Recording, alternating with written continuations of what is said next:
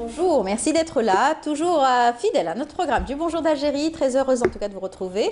Nous aurons le plaisir de retrouver les rubriques habituelles du mercredi matin, puisque nous sommes le mercredi 13 mars. Nous aurons le plaisir d'avoir Hamid Belkacem dans un tout petit moment pour nous parler, donc, dans sa rubrique environnement, de la transition énergétique. Ce qu'il faut faire, les objectifs, comment passer d'un mode de consommation à un autre. Il va nous en dire tout à l'heure un peu plus sur notre plateau et nous faire quelques propositions. Nous aurons également à recevoir Kamel Swick dans sa rubrique Startup. Aujourd'hui, il recevra une organisatrice d'événements Startup. Elle viendra nous parler donc de cet événement tant attendu par les porteurs de projets. Eh bien, d'autres invités, à commencer par Mariam Kerkar, qui est la présidente de l'association Premier Pas Enfants Handicapés, à l'occasion de la Journée nationale des personnes handicapées. Ça sera donc célébré demain sur tout le territoire national. Donc, c'est la Journée nationale des personnes handicapées. Beaucoup de revendications, bien sûr, pour cette frange de la société. En tout cas, un bel exemple de courage et de persévérance à travers cette dame, surtout, qui a donc une fille trisomique qui donc se bat au quotidien pour monter son entreprise. Voilà, nous aurons à en parler tout à l'heure avec elle. Et puis, un événement aussi sportif, le rallye Autoboto Touareg. Ça va se dérouler le 16, ça sera donc à partir donc, du 16 au 23 mars. Plusieurs étapes seront notées, à savoir Territ et Bni Abbas. Nous en parlerons avec le président de la Fédération des sports mécaniques qui sera sur notre plateau. Et puis, la langue espagnole sera aussi d'actualité sur notre plateau, puisqu'une rencontre, une conférence thématique a été donnée à l'Institut Cervantes, bien sûr, sur l'état d'enseignement de la langue espagnole ici en Algérie. C'était en présence d'enseignants et surtout de chercheurs en langue et civilisation espagnole. Bien sûr, nous aurons sur le plateau la directrice des études de l'Institut Cervantes pour répondre à quelques questions. Voilà, c'est tout le programme qu'on a choisi pour vous. J'espère que vous allez rester attentifs jusqu'à 9h30. Et puis tout de suite, c'est la météo, présentée par Mina Abed. La météo vous a été présentée par Mobilis. Bonjour Mina. Bonjour. Comment ça va? Ça va? Très bien, en forme? Ça va? On essaye. On essaye. Vous avez pris votre café, je l'ai vu, je l'ai noté, oui, notifié. Le premier. Donc tout va bien. Il reste le deuxième. Il reste le deuxième. Allez, on va voir les nouvelles du ciel. Il fait un peu chaud en ce moment. Il fait un peu chaud. Dans la journée, on ne sait plus comment s'habiller. On est encore tout juste. Pas encore le printemps, puisqu'on attend le 21 mars tout à pour fait. ça. Pas encore. Bon, on vous écoute. Merci beaucoup, mesdames, mesdemoiselles, messieurs, bonjour. Et très bon réveil. Eh bien, en cette début de matinée, on aura de la brume sur l'ensemble des régions côtières. Un ciel plutôt dégagé sur la partie ouest, de plus en plus nuageux sur le centre et l'est du pays, avec le retour des pluies à partir de ce soir, et puis ces pluies vont s'accentuer progressivement. Deuxième partie de nuit, sur la partie sud, on aura un ciel voilé vers l'extrême sud, un ciel dégagé sur le Sahara central, le Nord Sahara, les oasis ou encore le Hogar et le Tassili. Les températures de cet après-midi, eh bien on notera sur la moitié nord 19 degrés à Alger, ainsi qu'à Tizi Ouzou, 20 degrés à Annaba, Sétif, Tiaret, 24 degrés à Tlemcen, 21 degrés à Al-Bayad, 29 Ghardaya, 26 degrés à Béchar, 29 degrés à Tindouf, Adrar, Ain Salah, et enfin 35 degrés, ça sera la maximale à Borj Badi Moukhtar et Ain Gazzam. On passe tout de suite à l'Europe pour aujourd'hui. Eh bien, on aura un ciel plutôt couvert à Prague, Berlin, ainsi qu'à Londres, Dublin. On aura des averses à Paris, Varsovie ou encore Athènes, et puis un ciel plutôt dégagé à Marseille, Madrid, Lisbonne. Côté Mercure, on notera 6 degrés à Varsovie, 10 degrés à Athènes ainsi qu'à Bucarest, 7 à Budapest, 9 degrés à Prague, 14 à Rome, 7 degrés à Berne, 11 à Paris, Londres, 12 degrés à Bordeaux et enfin 14 degrés à Marseille. Place tout de suite à l'éphéméride, et puis pour plus d'informations, le site de Météo Algérie reste à votre entière disposition, les 3 w.meteo.dz. Très bonne matinée et à tout à l'heure midi.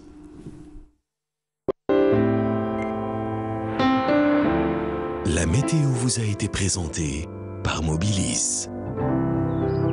et par Mina Abed. Merci beaucoup Mina. Merci Bonne journée à midi et 19 h avec grand plaisir. On va vous laisser repartir avec une belle chanson, une belle voix, celle de notre ancien collègue Mansour Bachajzi qu'on salue en tout cas d'ici, des studios de Canal Algérie, et puis on lui souhaite bon courage pour ce qu'il fait. J'espère qu'on aura l'occasion de le recevoir pour un prochain album. En tout cas, il nous chante une belle chanson à travers donc son titre Kunna Mejma'in.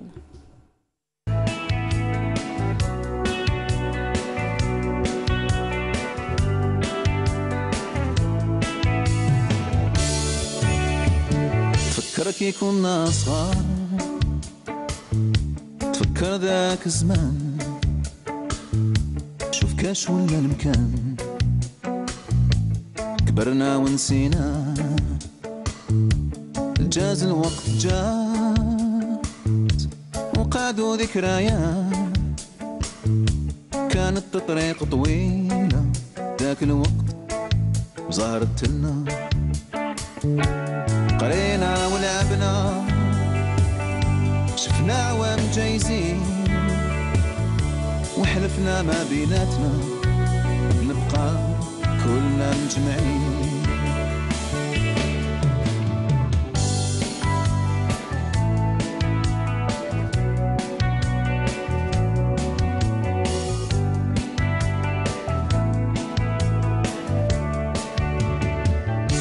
الوقت اللي رانا فيه ما يسمح لك تستهزأ بالعقل رانا نسينا الكلمة نسينا القول وش كان يبان بيض ولا كل شي سود تبحرنا في خدمتنا خمو في المال اللي بقالنا رانا مسافرين فهاد طريق طويلة واحد ما يونس فيه تفكر كي كنا مجمعين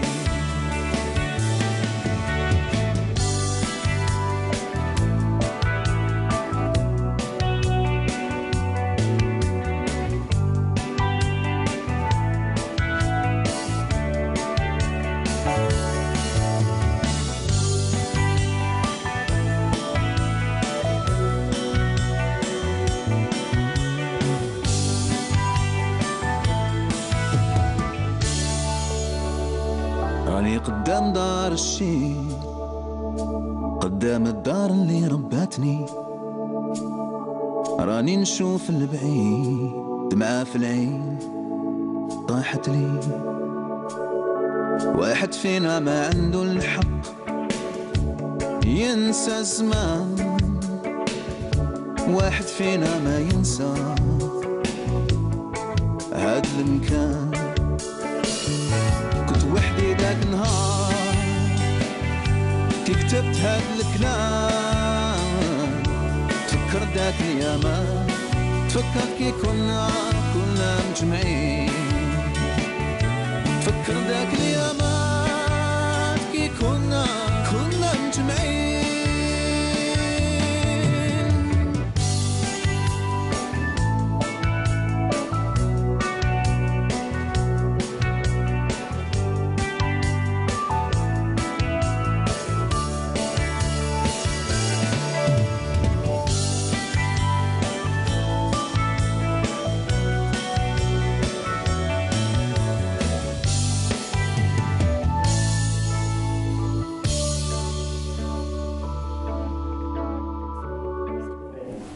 Voilà, de retour sur le plateau, après cette belle balade musicale, on va parler d'une thématique très intéressante. On en parle assez souvent dans notre émission Bonjour d'Algérie, mais aujourd'hui, nous allons beaucoup en parler et surtout aussi demain, puisque nous célébrerons donc demain la Journée nationale des personnes handicapées et donc des personnes qui ont besoin donc d'une aide et d'une orientation surtout et d'une belle prise en charge, d'une bonne prise en charge. Alors, pour nous en parler, nous avons avec nous Madame Meriem Kerkar. Bonjour. Bonjour. Bienvenue parmi nous. Merci de nous avoir invités. Oui, là, vous êtes la présidente de l'association Premier Pas Enfants Handicapés. Vous êtes avec votre fille. Oui, Nada. Nada, bonjour Nada. Bonjour. Marhaba bik. Marhaba. Là, mec. Alors Nada qui a vécu en Syrie, qui parle beaucoup plus syrien, un petit peu algérien oui. aussi. Voilà, marhaba bik. Alors c'est donc pour votre enfant que vous vous Oui. êtes battu pendant C'est sûr voilà, que ma vie a changé. toute votre vie a Mais changé. toujours dans le bien, pas dans le mal. Bien sûr, bien sûr. Bien sûr. Ça vous a appris justement une combativité Oui, que vous ne énormément de connaissiez choses. pas. J'ai tout appris, Voilà. tout, tout. J'ai appris à être orthophoniste, psychologue, éducatrice, tout appris avec Nada. Même je suis devenue peintre, Oui. artisane, tout, parce que je l'accompagne dans tous ses travaux. Exactement. Donc, Nada je est fais- artisane justement Oui. et elle a fait de nombreuses expositions. On a pu la filmer Exactement. plusieurs fois à travers nos reportages et on la retrouve très Oui. souvent dans des expositions. Exactement, toujours. Elle est toujours active. Elle est aide éducatrice aussi à l'association. Elle travaille avec les enfants. Oui, Et elle a toujours son atelier. voilà. Donc, dans la poterie, elle travaille. Alors c'est le jour où on devrait encore se questionner, s'arrêter sur cette frange de la société qui a toujours besoin de plus d'écoute, Oui. plus d'attention et un peu plus donc de regard de la société. Oui, moi, quand on est revenu en Algérie, je voulais juste justement donner un peu de mes connaissances, de mon expérience, de tout ce que j'ai appris aux enfants. Oui. Surtout l'intervention précoce. Mais il y a autre chose qui était quand même capitale, c'est le diagnostic de tous les enfants. Vous avez fait un programme d'ailleurs où Exactement. on voit justement la prise en charge de la maladie mentale, la maladie précocement donc détectée Voilà. et c'est un pas énorme. Exactement. Dans le diagnostic Donc, il précoce. faut qu'il y ait à la naissance un programme de diagnostic de tous les enfants, pour qu'il y ait une prise en charge thérapeutique. D'abord, par le suivi c'est pluridisciplinaire par plusieurs médecins. Oui. Mais après, tout ça, c'est pour réduire le risque de l'handicap mental chez l'enfant. Et accentuer surtout l'handicap, parce que plus Exactement. l'enfant est délaissé, mal orienté, plus Non, l'handicap va prendre le dessus. Il Voilà. devient handicapé s'il n'a pas été pris en charge. C'est pas comme la trisomie. Le trisomique, on le voit, il est trisomique. Bon, là, on intervient. Mais il y a un énorme travail à faire aussi Exactement, sur ces exactement. enfants. C'est toute une équipe pluridisciplinaire, c'est tout un programme. C'est réduire chez l'enfant trisomique, c'est réduire l'impact de l'handicap mental. C'est ça. Mais pour les autres, c'est réduire le risque de devenir handicap. Il y a une grande différence. Tout à fait. Donc, par un programme par une diététicienne ou bien médical. Donc Mais donc, c'est l'insertion le dans la diagnostic, société, oui. avec bien sûr l'éducation au niveau des C'est très établissements important. scolaires. C'est très important, oui. Et moi, pour les enfants trisomiques, on les prend normalement de 0 à 6 ans jusqu'à la formation professionnelle. Mais les 0-3 ans, on travaille avec eux avec la participation des parents. Oui. Donc, Alors, on vous avez apprend commencé aux déjà parents. avec Nada. Oui. Nada, C'est Nada qui m'a tout appris. Voilà. Oui, c'est Nada qui vous a tout appris. Et par la Exactement. même occasion, vous avez donc eu les bons outils pour pouvoir donc orienter d'autres enfants aujourd'hui au sein de C'est pour ça que l'association. je me suis, disons, orientée vers j'aurais pu faire une école privée, mais j'ai pas pu. Étant parent d'enfants trisomiques, je voulais donner un peu de mes connaissances. Tout ce que je connaissais, je voulais le transmettre aux parents. Mon expérience, tout ce que j'ai appris, tout ce que j'ai connu moi-même. Et comment je suis arrivée avec Nada à la formation professionnelle, à faire d'être un être autonome, complètement autonome. Elle a plusieurs diplômes, elle fait de la cuisine, elle est autonome. Je l'ai accompagnée. كلمينا ندى على la formation نتاعك واش عندك comme diplôme. احكي ندى على شغلك. انا عندي شو اسمهم الخساف تبعي. هذا هو الخساف على الورشه اللي عملوا هلا بس هلا بلشت هلا يعني هلا بلشت الخساف يعني أنا بحب أعمل ورشة. هو العمل هو اللي خليني فتح الورشة. وأنا فتحت أنا ورشة Nada, parce qu'on était en travaux. وتحب الورشة. Elle aime Oui, bien oui. l'atelier. On était en travaux. Donc, c'est pour ça qu'elle dit Anna Bellachet. C'est maintenant que j'ai commencé. Voilà, ça fait. Dans la formation d'autres enfants. Oui, on a un projet avec les enfants Enfin, des enfants, des jeunes qui étaient dans des centres psychopédagogiques nous ont été envoyés justement. Et on va les recevoir à partir de septembre. On va créer la formation professionnelle. Et ce qui se fait maintenant, c'est des ateliers protégés ou bien des CAT, un centre d'aide par le travail, des fermes pédagogiques et tout ça. Voilà. Donc on a des projets dans ce sens, Oui. mais on va commencer en septembre avec les jeunes adultes. Tout à fait. Ouais. Alors, quand vous dites que Nada est autonome aujourd'hui, elle est dans son propre atelier, elle est artisane, elle Oui. aussi, elle fait des objets, elle les vend. Oui, et exactement. Et aujourd'hui, elle perçoit un salaire, c'est cela? Elle n'a pas un salaire, mais disons quand elle vend un produit, elle cache son argent. Elle me Bien dit c'est sûr. mon argent. Bien sûr.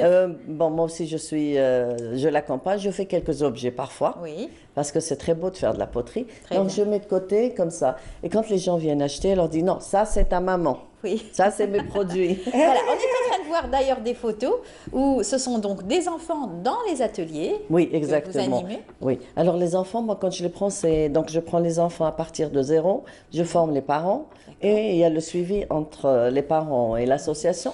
Et en même temps, je les prends à partir de 3 ans jusqu'à 15 ans. 15 ans, il y a la préformation. Il faut qu'ils connaissent un tas de choses. Et après, à partir de 18 ans, il y a la formation professionnelle. Bon, Qui- avec ces enfants de qui prend le l'association, relais. on n'est pas encore arrivé à ce stade.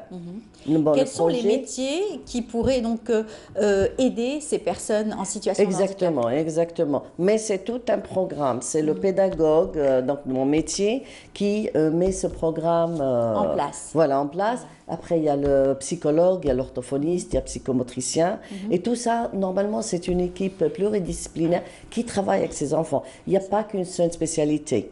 On peut pas. Au niveau du recrutement, parce qu'une fois que les jeunes ont fait leur formation, sont donc aptes à travailler Normalement. et sont pris automatiquement par des entreprises. L'État a tout fait pour que justement les entreprises puissent recruter obligatoirement Normalement, cette des année, personnes en oui. situation de Voilà, handicap. 1% de... C'est cela. Voilà. Mais La réalité ils ne n'est les pas- prennent pas. n'est pas ce Non, qu'elle je veux est. dire pourquoi. Oui. Parce que on a, les jeunes qu'on a aujourd'hui, les jeunes en situation de handicap, ils n'ont pas cette autonomie, ils n'ont pas cette formation, ils n'ont pas été formés. Ils ont été placés un peu partout, mais ils n'ont pas tout ça. Donc, c'est une responsabilité. Ils ne peuvent pas les prendre. C'est pour ça que nous, dans les associations, les centres, les CAT, ces centres d'aide par le travail, on essaie de les protéger. Mais ce qu'on va faire dorénavant, normalement, c'est de les placer. C'est ça. C'est ça, normalement, C'est-à-dire l'autonomie. un énorme travail. Voilà, on est en train de Exactement. voir Nada. Hey, la photo نتاعك Oui, ça, c'est Nada dans son atelier. dans l'atelier. Oui. Alors, D'accord. Nada, elle fait Oui. toujours des ateliers vivants. Oui. Parce que Nada, elle a été prise en charge, elle avait 1 mois. Ah. Quand je l'ai prise en charge, voilà. D'accord. On va pas énorme. dire que toute notre vie a chamboulé, mais elle a changé dans le bon sens. Bien sûr. Voilà, on a tout appris. Donc c'est pour ça qu'elle a cette autonomie. Même quand elle fait ses expositions, je la laisse parce qu'elle a créé des amitiés avec les artisans exposants, ou les oui. exposants. Elle a aucun problème. Elle vend, elle a aucun problème. Oui. Là, Ça, elle est avec avec la la ministre de la ministre, Solidarité. Oui. Mais elle demande toujours, Nada, parce qu'elle n'a pas de... Bon, elle a l'atelier à l'association, mais elle n'a pas de four. D'accord. Voilà. Donc, elle demande toujours, j'ai besoin d'un four pour faire cuire mes objets. Et la formation a été facile pour elle, justement.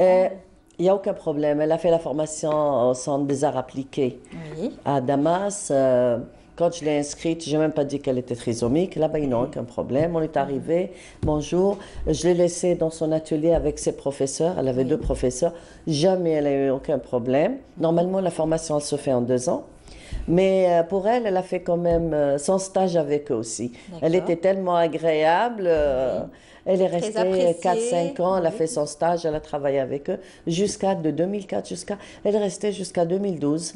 À chaque fois qu'on voulait qu'elle ait son diplôme, le directeur nous disait non, non, non, ne laissez pas partir Nada. Je veux qu'elle Ils soit se sont avec nous. attachés à Nada. Exactement, oui.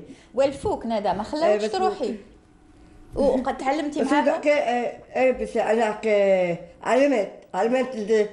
علمت انا بعمل خالي وانا على السكر خالي صرت اعمل بس انا هلا شو اسمه انا يعني على السكر بتعمل شي موديل بعمل اشكال جبت اياها انا شوفي انا بسوي هذا ورشة الورشة انا انا يعني أنا عملتهم. Elle s'impose. Oui. Je ne peux pas lui imposer une De idée. changer. Voilà. Non, non, Ce sont ses propres modèles, ses propres couleurs. Exactement. Et bien sûr, elle expose ensuite son propre... Exactement. Et elle fait modèle. toujours des ateliers vivants. Ça, c'est fait exprès parce que les gens vont penser que c'est moi qui travaille. C'est ça. Non, moi, je la laisse faire. Oui. C'est elle qui fait, elle fait l'atelier pour Lors elle. d'exposition, il y a toujours le tour, la matière Toujours. avec L'argile, laquelle le elle tour, travaille. c'est tout. Oui, et elle fait toujours Ses son modèles. petit atelier, elle travaille.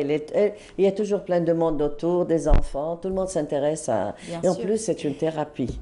Et aujourd'hui, toute la difficulté justement réside dans la prise en charge, comme vous le disiez, donc de ces enfants qui arrivent quelquefois avec des diagnostics tardifs, bien sûr. Voilà, Et là, vous prenez même en charge donc les parents. bien sûr. Mais en Et plus, comment moi... se fait cette formation en parallèle? Comment? Comment se fait cette formation en parallèle? En parallèle Parce que avec- Finalement, vous prenez en charge l'enfant ou le parent? Je prends le parent avant l'enfant. D'accord. Le parent avant l'enfant. Il faut qu'ils comprennent ça. Mais les parents en général, jusqu'à maintenant, eux-mêmes ne sont pas pris en charge. Et ils arrivent, que j'ai des enfants de 7-8 ans. Ils ont l'impression qu'à 7-8 ans, on peut les faire parler. Oui. C'est trop tard. Oui. Ou même ils arrivent, mon fils va avoir 6 ans, on va le mettre l'année prochaine à l'insertion scolaire. C'est impossible d'intégrer un enfant à l'école publique s'il n'a pas été pris en charge avant 6 ans. Je dis même pour un enfant trisomique, c'est de 0 à 6 ans et pas de 3 ans. C'est à partir de 6 ans. C'est très important. Très important. Il est impossible d'intégrer. D'ailleurs, on voit l'échec dans les écoles. Ça se passe de cette façon. À 6 ans, parce qu'il y a l'intégration scolaire dans les écoles publiques, je suis contente en tant que parent, je mets mon enfant avec les autres. C'est bien. Côté social, il n'y a pas de problème.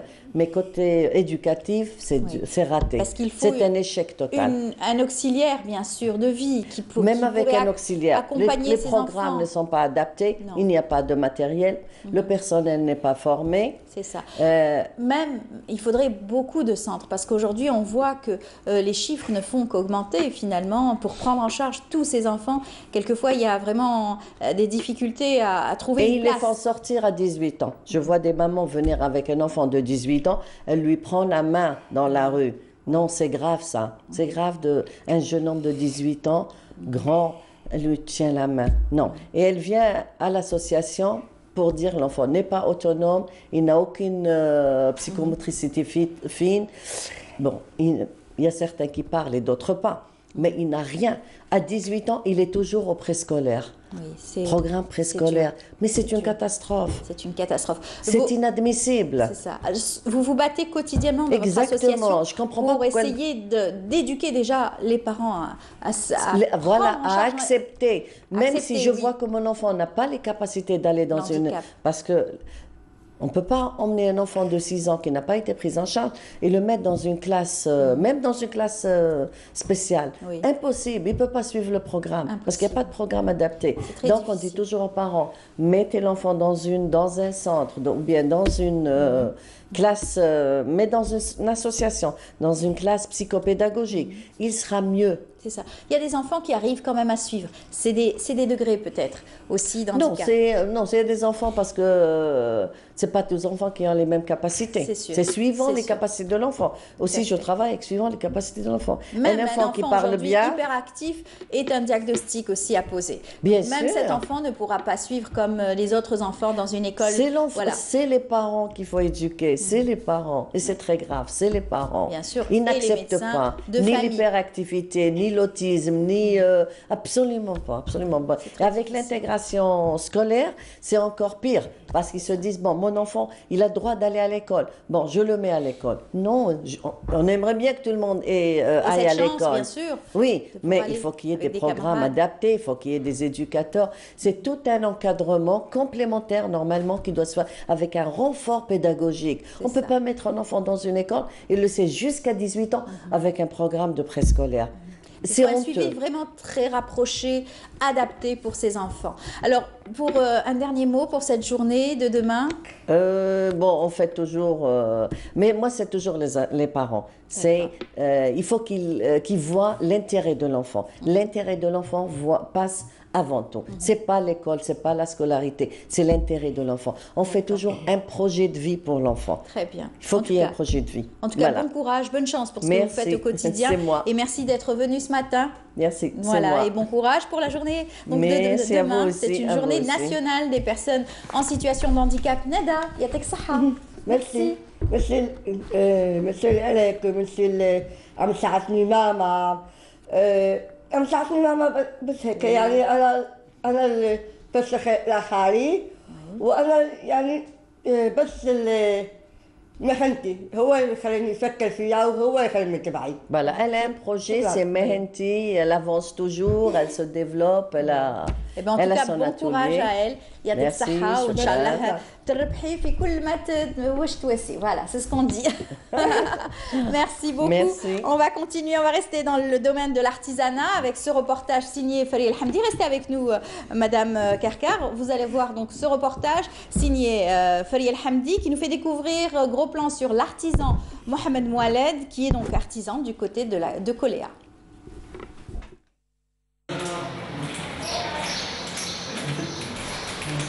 De quelques brins d'osier et avec beaucoup d'imagination, il fait naître entre ses doigts des objets aussi variés qu'étonnants. Le métier d'artisan vannier, Mohamed Moualed le maîtrise depuis son plus jeune âge. Son adresse s'échange de bouche à oreille et ses clients affluent de partout. Mohamed a rangé son diplôme en communication dans son tiroir pour suivre les traces de son père. Sa marotte à lui, c'est de créer des meubles et des objets de vannerie fine. Un métier de maître artisan qui coule dans ses veines et qui accomplit avec amour et passion. Je me rappelle, j'étais presque enfant, je dirais 12 ans, 13 ans, 14 ans, on commençait à côtoyer la vannerie. C'est une attirance du sang, c'est-à-dire c'est quand on voit envoyer les grands frères et mon père qui travaillaient, donc on était obligé de travailler avec eux et d'apprendre. Et je dirais plutôt que l'ancienne génération, plutôt mon père, ne voulait pas qu'on apprenne le métier. Par contre, on voulait, c'est-à-dire on s'approchait. Bon, au début, on s'approchait par la simplicité c'est-à-dire on touchait à tout, c'est-à-dire on touchait à l'osier, ce qu'on appelle l'osier, qui m'a aidé. Donc on essayait, à l'époque, quand il y a la mode, t'as les chaises pour enfants, des petites chaises pour enfants avec des tables. Donc il y avait des paniers à fleurs qu'on faisait, mais je ne sais pas si vous vous rappelez, quand à la mode qui de العروسة ولا يديروا un panier à la devanture de la voiture, un panier هكذايا ويديروا noir. Je me rappelle هذيك هي الحاجة اللي تعلمناها الأولى. C'est à partir des années 50 que la famille Moualed s'installa à Koléa où Haj Saïd et ses frères exerçaient ce métier. Rajoutez à ça la tapisserie des matelas à l'ancienne.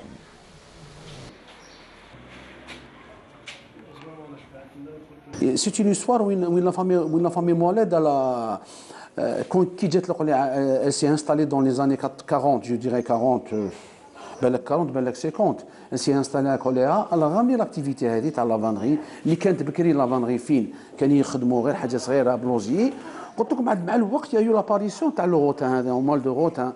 Bon, avant l'indépendance, il y avait les Français qui ont ramené la moelle de rotin. D'ailleurs, il y a une photo de mon père en 1932 où il est pris avec une table à roulettes. Je vais vous la montrer après.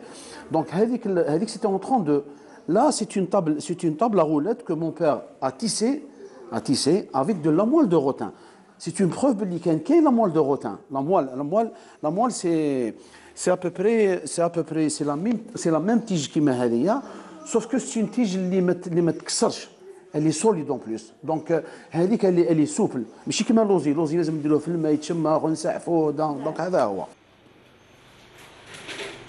Panier, corbeille, couffin, fauteuil. Car la vannerie est très répandue dans la ville de Koléa. Des familles s'y consacrent jusqu'à nos jours.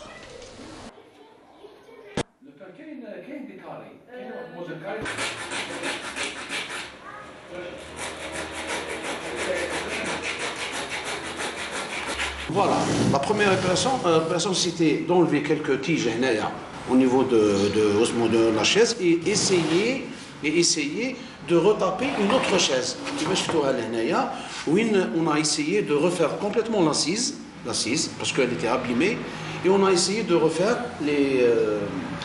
c'est-à-dire il y avait des trous, il y avait des tiges qui étaient abîmées au niveau au niveau du dossier.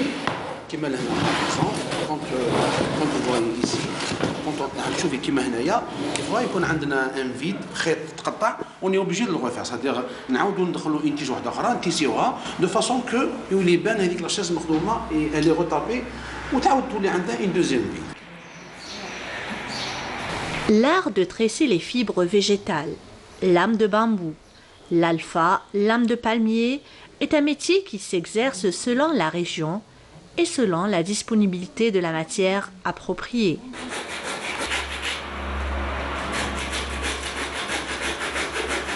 Voilà, c'est un très beau métier en tout cas qui se transmet de génération en génération.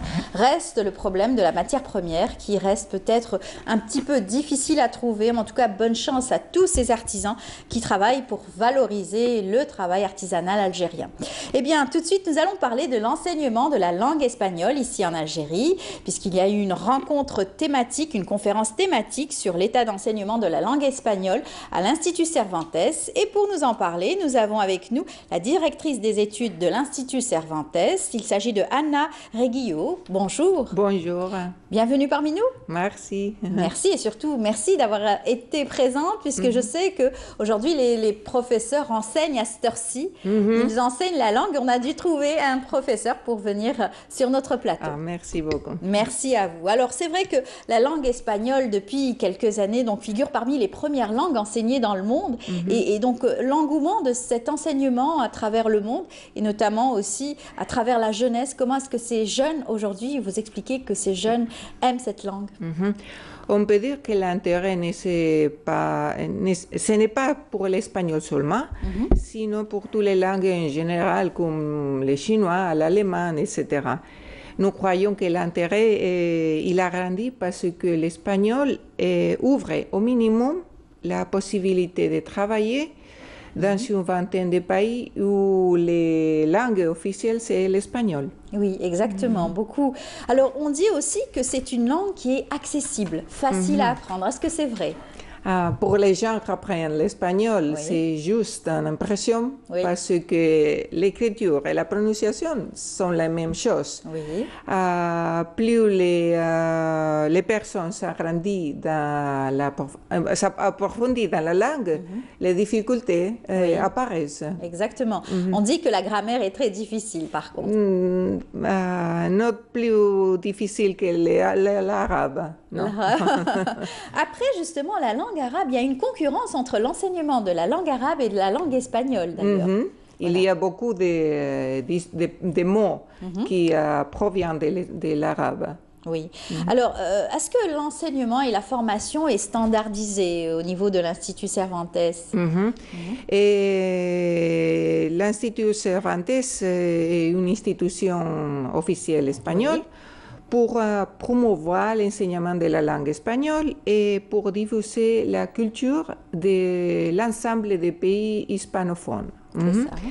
Alors, est présent dans le monde avec 86 pays dans tous les continents et Alger depuis 1993. Oui, 93. Et alors la décision d'ouvrir un nouveau centre est variée. D'accord. Alors c'est vrai que pour vous, par exemple, ça fait depuis septembre 2018 que vous êtes ici en Algérie, que vous enseignez la langue espagnole aux Algériens. Alors comment vous trouvez cet échange avec ces jeunes étudiants? Nous faisons l'enseignement avec l'espagnol hein. Alors, c'est les mêmes choses pour les Français, les Italiens, les Algériens, c'est les mêmes. Hein. Voilà. La difficulté, c'est la méthodologie, mais l'enseignement, c'est le même.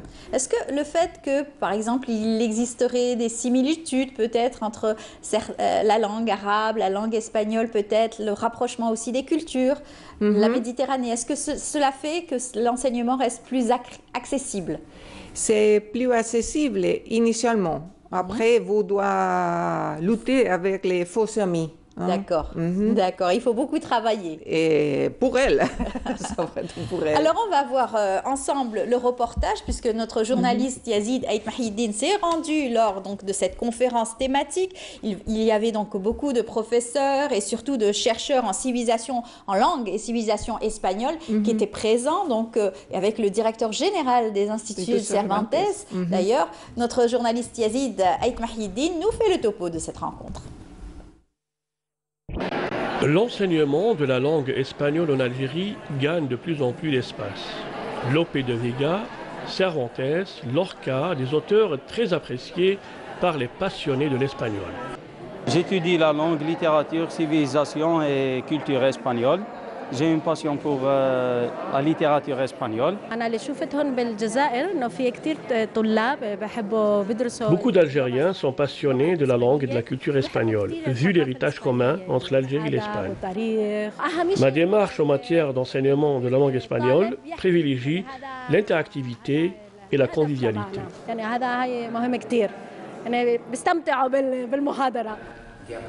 Cette conférence, qui a réuni d'éminents spécialistes de la langue espagnole, ont redessiné les contours d'une meilleure démarche de l'enseignement de la langue espagnole. L'Institut Cervantes a pour mission l'enseignement et la diffusion de la langue et de la culture espagnole. L'ancrage de la langue espagnole en terre algérienne remonte à l'héritage qu'a légué Miguel de Cervantes. Il y a également le symbole de la résistance espagnole, Max Hobb, qui a été emprisonné dans le camp de concentration à Gelfa pendant la période coloniale. Enfin, l'ancrage de la culture espagnole dans l'espace linguistique algérien annonce des lendemains meilleurs pour la renaissance de la langue espagnole. Et la civilisation de la langue espagnole, bien sûr, la civilisation espagnole. Parler aussi de tous ces auteurs qui ont versé des générations, c'est aussi l'occasion de plus pénétrer donc, dans cette culture espagnole aussi, à travers la langue. C'est ce qu'a dit d'ailleurs l'étudiant. Je suis dans la même région de Miguel de Cervantes, alors c'est une connexion spéciale pour moi et l'Algérie. Exactement. Pour vous, c'est un plus, puisque vous venez sur les traces de Miguel de Cervantes, et pour les Algériens aussi qui apprennent la langue, c'est encore plus pour comprendre la véritable portée de la langue aussi. C'est très important. Merci. Voilà. Alors, on a pu voir cet engouement pour la langue espagnole. Alors, quels sont les outils didactiques aujourd'hui qu'on utilise de plus en plus dans l'enseignement de la langue? Les nouvelles technologies, c'est les premiers, mais nous espérons amélioration de l'Internet pour offrir information à distance et pour offrir aussi un examen de certification en ligne qui s'appelle CLE. Alors, c'est les deux nouveaux outils pour améliorer l'espagnol et toutes les langues, c'est les nouvelles technologies. C'est ça. Alors, vous avez, on a pu voir des étudiants, mais aussi il y a donc des professeurs en langue espagnole, des professeurs algériens qui enseignent la langue espagnole à leurs étudiants, qui viennent faire des perfectionnements et ils s'inscrivent chez vous pour continuer leur formation. Et nous avons cours de formation et aussi cours de conversation pour qu'elles pratiquent plus les langues.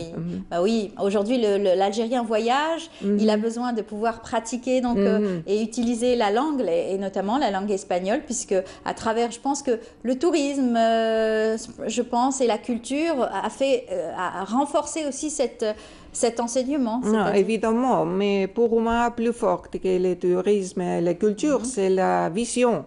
de l'espagnol comme une langue nécessaire et utile pour le XXe siècle. Exactement.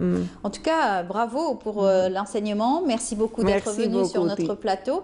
Et puis, bon courage à vous. Merci beaucoup. Vous allez retourner retrouver vos étudiants? Aujourd'hui, non. Demain. Très bien. Aujourd'hui, vous êtes libre, vous êtes venu sur notre plateau. Exactement. Voilà, merci beaucoup, Madame Anna Reguillo. Je rappelle que vous êtes directrice des études à l'Institut Cervantes. Voilà. Merci, bonne journée. Merci à vous, bonne journée également. Eh bien, tout de suite, je vous invite à suivre ce reportage signé Nesrin Ben Saidi qui nous fait donc un gros plan sur le vieux Qsr d'Al Bayed. Il y a de cela 17 siècles, le vieux Qsr de Bousmroun connaît une opération de réhabilitation. Les murs sont construits exclusivement en taube, les toits en branches de palmier. Ce site historique est doté d'une madrasa, de lieu de commerce. Il est également une annexe de la Zawiya Tijaniya. Nous avons utilisé des matériaux locaux pour la réhabilitation du vieux Qsr d'Al As'adi. Ce lieu est un site historique, il renferme aussi la Zawiya Tijaniya. Nous avons essayé d'utiliser les mêmes matériaux pour ne pas dénaturer son aspect. Une enveloppe de 22 milliards de centimes est débloquée pour la restauration et la préservation de ce site, dont plusieurs ailes sont sérieusement menacées d'effondrement suite aux conditions climatiques.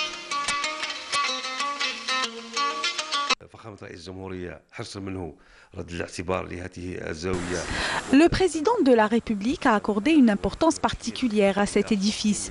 Une enveloppe importante de 22 milliards de centimes a été allouée pour sa mise en valeur, sans compter les 2 milliards dans le cadre du plan d'urgence car il est menacé d'effondrement. Cette opération va redonner un nouveau souffle au tourisme culturel dans la région. Le vieux Qsr Al As'adi surplombe une superbe palmeraie qui constitue l'un des joyaux architecturaux ancestraux les plus visités par les touristes de passage. Il est aussi classé monument historique par l'UNESCO. 8 ans que je suis dans le De retour sur le plateau, nous allons parler sport à présent. Et sport, et pas des moindres, les sports mécaniques plus précisément. Je l'ai annoncé en sommaire, nous allons parler de ce rallye Auto-Moto Touareg, première édition pour bien sûr cet événement. En tout cas, pour nous en parler, nous avons avec nous Monsieur Amir Ben Mhammar. Bonjour. Bonjour madame. Bienvenue parmi nous. Merci à vous aussi. Vous êtes le président de la Fédération des sports mécaniques, non? Je ne suis plus, je suis le directeur de l'organisation de ce... D'accord. Vous étiez toujours dans l'organisation. Vous avez pris le relais à un moment donné, à la mort donc, du précédent. C'est cela. Et vous avez pris en marche donc, cette organisation et cette fédération. Aujourd'hui, vous avez repris votre ancien poste d'organisateur dans l'organisation. Voilà, marhaba bik. Vous êtes en tout cas passionné par les sports mécaniques, puisque ça fait plus de 8 ans que vous êtes dans cela.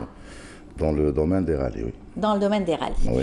Alors, vous allez organiser donc, du 16 au 23 mars ce rallye auto-moto. Oui, c'est la première édition du Touareg Rally qui existe depuis quand même 22 ans dans le monde. Oui. C'est le deuxième rallye, bien sûr, dans le monde après le Dakar, le rallye qui est connu, le fameux rallye Dakar.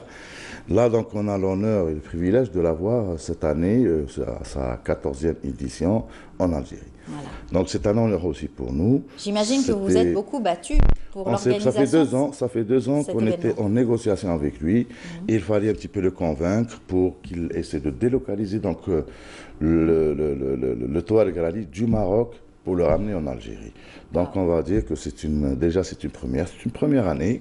Donc même le directeur lui-même ou le patron du Touareg Rally, il est confiant. Il a dit on va dire que il connaît bien l'Algérie. C'était un habitué aussi. Oui, c'était un habitué. Vous savez, l'Algérie, elle est connue depuis le Paris-Dakar. Oui. Donc quand dans le monde des raids, ou dans le monde des rallye-raids, quand on parle de rallye, directement on a l'image de l'Algérie. Et du Grand Sud algérien. Du Grand Sud algérien. Oui, cette immensité. Dans ma petite expérience, c'est avec les gens que j'ai côtoyés beaucoup plus qui sont impliqués dans ce domaine, dans le domaine des rallye-raids. C'est tous les organisateurs rêvent de voir les grandes dunes de Tarit. Donc ça fait rêver aussi les pilotes et les participants. Là, donc, c'est pour cette première édition, on a choisi Tarit. Elle est très, très toujours, hein. Tarit a toujours la cote, hein, oui, dans tout. Il y a Tarit, il y a Timimoun, donc dès qu'il y a ces mots qui sont là, donc c'est le signal, comme on le dit, c'est une perche pour tous les participants. Quand on parle Timimoun ou Tarit, là, ils adhèrent totalement. Donc cette fois-ci, il y a Bni Abbas, Tarit et Bni Abbas. Il y a deux grosses étapes. Donc il y aura donc 7 étapes à Tarit, c'est ça? Donc 3 à Tarit plutôt. Il y aura 3 à Tarit et 4 à Bni Abbas. Voilà. Ouais. 7 en tout. C'est une première, c'est une année de simulation, espérant. Donc déjà pour cette première, nous avons quand même 25 pays qui vont participer. C'est énorme. Donc de l'Australie, donc il y a des gens qui ont embarqué. Les Australiens, les Japonais qui ont embarqué, ça fait 18 jours de ça. Oui. Rien que pour vivre cette expérience d'une semaine, ça fait plaisir et ça nous honore aussi. Bien parce sûr. que pour faire tout ce déplacement, il faut dire que quand même, ils font abstraction à tout ce qu'il y a autour. Leur passion avant tout, leur passion de pouvoir donc concourir et surtout aller. Voilà. Parce que c'est un sport, il faut le dire, c'est un sport là, c'est un rallye, c'est vrai que c'est un rallye raid, c'est un trophée. C'est un sport d'endurance. Hein. Il a ses spécificités, ouais. Parce que, on va dire, c'est pas carrément un championnat ou un rallye où il y a le compétiteur et un podium. C'est un trophée, c'est le trophée Touareg Rally. Là, l'avantage ou la spécificité beaucoup plus de Touareg Rally, c'est que tout le monde peut y participer. Donc nous avons l'amateur, le professionnel et ceux qui veulent, c'est-à-dire adhérer à ce sport. Adhérer beaucoup plus au sport des rallyes. Oui, mais bon, en majorité, c'est des professionnels pour la plupart. Oui, c'est vrai. On a 20%, on va dire 40% de professionnels, 40% des gens qui font le raid. Le raid, c'est quoi? C'est juste c'est du tourisme, il faut le dire. C'est du tourisme. C'est des calculs aussi. C'est des calculs. Et 20%, c'est des gens qui viennent pour s'initier beaucoup plus. Ça, c'est la spécificité de Touareg Rally. Je parle de cet événement. Et l'endurance, parce que sans sabler, pouvoir... ils veulent vivre cette aventure. C'est des gens... Ils veulent vivre cette aventure, ils ont une passion, pour ça. Oui, il y a les risques qui sont partout, non. Mais c'est des gens passionnés pour ça. Ils viennent, ils sont là pour justement vivre leur aventure. Voilà. Exactement. Et nous, on leur offre, donc bien sûr, l'accueil, on leur offre un petit peu la prestation. Alors vous y avez travaillé depuis 2 ans déjà, vous l'avez dit. Vous avez commencé à médiatiser ce rallye et les organisateurs. Une fois qu'on a eu donc tous les accords, bien sûr, par le ministère de la Jeunesse et des Sports, le ministère des Affaires étrangères, le ministère de l'Intérieur. Donc là, on a commencé carrément donc, à faire le travail sur terrain. Et le bateau, donc, il est arrivé, il est à Oran. Donc, le premier groupe arrive par Oran, donc ils sont déjà là, donc ils sont à Oran. Oui. Parce qu'il ne reste que 3 jours, hein, finalement, toute la caravane et la logistique, elle est sur le port d'Oran, donc ils sont là aujourd'hui. L'autre groupe arrivera demain, donc ça sera par avion. Ils vont faire, donc on va faire directement un transfert Alger, Béchar par avion, et à partir du 16, on commence l'événement, Inch'Allah. Oui, j'imagine. Voilà. J'imagine. Alors, vous avez beaucoup travaillé pour la médiatisation, bien sûr, de cet événement. C'est un événement qui vaut la médiatisation, il faut le dire. C'est un honneur aussi pour l'Algérie, pour avoir, au moins, c'est-à-dire, il faut le dire, pour avoir un événement pareil en Algérie. Je vous l'ai dit, 250 participants, 25 pays qui participent. C'est vraiment énorme. C'est le deuxième rallye, c'est-à-dire deuxième rallye après le Dakar, même en nombre de participants par rapport au nombre de nationalités de participants. Oui. Donc vous avez 25 pays. Donc l'Algérie cette année aussi va participer. Donc on a un équipage de 20% qui est pris en charge par les 2 organisateurs de ce rallye, donc AMA et Mediacorp. Et donc là, il le faut, oui. C'est une, comment dirais-je, ça leur fera beaucoup plus. Ça sera une occasion pour eux d'être, c'est-à-dire de voir réellement l'événement qu'ils n'ont jamais vu, ils ne voyaient que ça par télé. Exactement. Bien, l'Algérie a renoué depuis quelques années avec les rallyes, toutes sortes de rallyes, beaucoup d'organisations aussi dans ce domaine, des professionnels aussi, des personnes chevronnées qui connaissent bien le sud algérien et dans l'organisation. Alors on va voir, puisque nos journalistes ont toujours suivi ces étapes et ces rallyes, on regarde ce reportage signé Amel Issiridir. On se retrouve juste après. Le départ se fera de Tarit, passant par Bni Abbas et plusieurs autres régions de l'ouest du Grand Terk oriental algérien. Pour l'organisation de cette 22e édition du rallye Touareg, l'Algérie a été choisie. Il s'agit d'une première historique. The story has been we have been sitting on a fire Je vais raconter l'histoire de l'organisation pour la toute première fois de ce rallye. Nous étions, mes amis et moi, assis autour d'un feu de camp et on parlait des rallyes et comment doivent être bien organisés. Et c'est là que nous avons décidé d'organiser le rallye Touareg.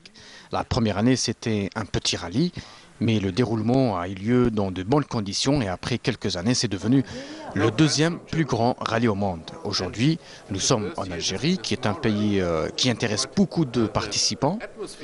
Le désert algérien n'est plus à présenter, c'est à la fois le plus grand et le plus beau au monde.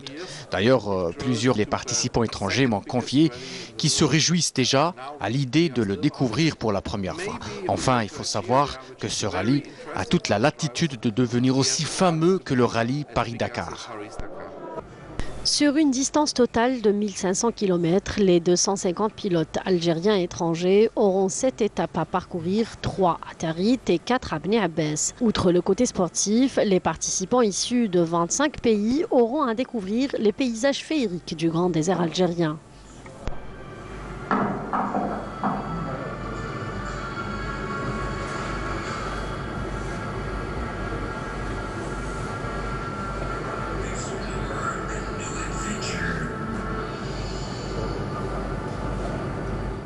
Voilà, le rallye Touareg, c'est magnifique, en tout cas ces immensités, ça donne envie d'aller faire un tour bien sûr dans le grand sud algérien, notamment Tarit, l'enchanceresse bien sûr qui a donné envie à beaucoup de participants de venir en Algérie. Ouais, vous l'avez bien, donc il l'a si bien dit, donc ça a donné envie à beaucoup de participants. Je l'ai dit tout à l'heure bien sûr au début, nous quand on parle de Timimoun, Tarit, vous savez nous avons la plus grande dune au monde, donc, qui est à Tarit, donc ça c'est beaucoup plus à notre côté touristique qu'il faut aussi découvrir. Nous avons bien sûr, donc l'avantage de l'Algérie, c'est que vous avez différents types de déserts. C'est-à-dire, nous avons l'ergue orientale, l'ergue occidentale, de l'est à l'ouest, il y a une différence de la texture elle-même du sable. C'est ce qui fait aussi la difficulté et puis les différents challenges aussi que prennent les participants. C'est ce qu'ils aiment en fait. C'est la difficulté de pouvoir arriver à leur but et à la destination attendue. De vivre ce challenge. Donc c'est ça. L'Algérie, par le biais bien sûr, il faut le dire que vous l'avez dit tout à l'heure, la fédération donc elle a cassé ce tabou ou cette barrière qu'il y avait par rapport aux organisateurs qui avaient toujours donc cette idée de ne pas pouvoir venir, que l'Algérie reste donc grâce bien sûr au challenge, puisqu'on parle de challenge, grâce au challenge Sahari qui est organisé par la fédération depuis 2015 jusqu'à présent, donc on voit un petit peu le fruit de tout ça. Donc les barrières se sont un petit peu coupées et les gens commencent bien sûr à c'est-à-dire voir la possibilité d'organiser, de venir et de plus en plus. De plus en plus. Voilà. Alors vous serez partagé cette fois-ci entre organisateurs ou participants. Moi, je serai toujours dans l'organisation. Malheureusement, c'est ça. Quand je veux faire un petit truc, je le fais après. Seul. Seul. En cavalier seul. En cavalier seul, voilà. Mais en tout cas, les Algériens qui participent, ce sont aussi des Algériens qui ont l'habitude de faire des rallyes. Oui, c'est-à-dire généralement, donc, les conditions techniques, bien sûr, pour participer à ce rallye, ils sont un petit peu draconiennes, il faut le dire. Donc nous, quand on a négocié avec le DG du Touareg Rallye, on lui a dit, il n'en est pas question que le Touareg se déroule en Algérie sans qu'on ait des Algériens qui sont là. Donc on a essayé un petit peu de discuter les conditions. Par rapport à ça, donc les deux organisateurs ont pris en charge un petit peu les frais de participation de ces Algériens, parce qu'il y a des frais donc beaucoup plus dans la balise, la location des balises et tout ça, c'était à la charge de la fédération, des deux organisateurs. Et on a un petit peu minimisé les conditions techniques.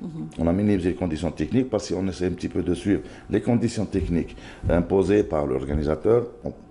Il y aura 2 ou 3 Algériens qui peuvent participer, il faut le dire. Quand même, Donc on a minimisé les conditions techniques et on a fait participer les gens qui ont voulu participer, donc ils se sont inscrits, on les a fait participer, là ils sont au nombre de 20.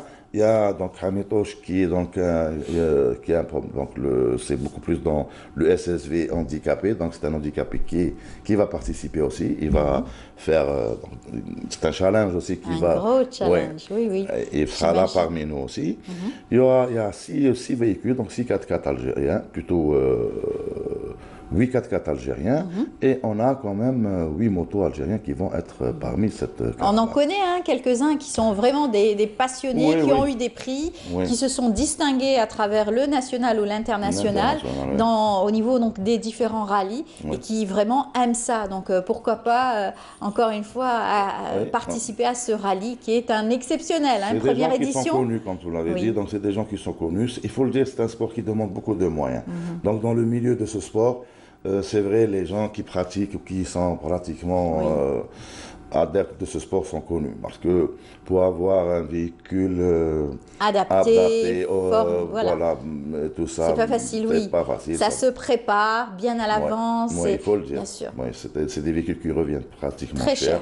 Même la moto, elle revient très cher. Mais c'est des passionnés, donc... Oui, et la pièce de rechange aussi qu'il faut emporter, etc. Et vous savez, tout un investissement pour cela. Quand vous faites un rallye donc d'une semaine comme ça ou de 6 jours, c'est-à-dire il vous faut minimum, je sais pas moi, ne serait-ce qu'en jeu de pneus, moi je vais parler en jeu de pneus, peut-être il vous faut au moins 3 autres jeux à mettre de côté.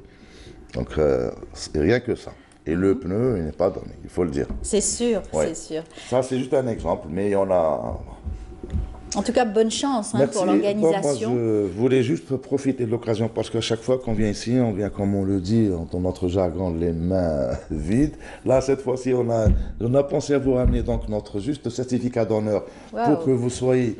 Vous nous aviez toujours accompagnés.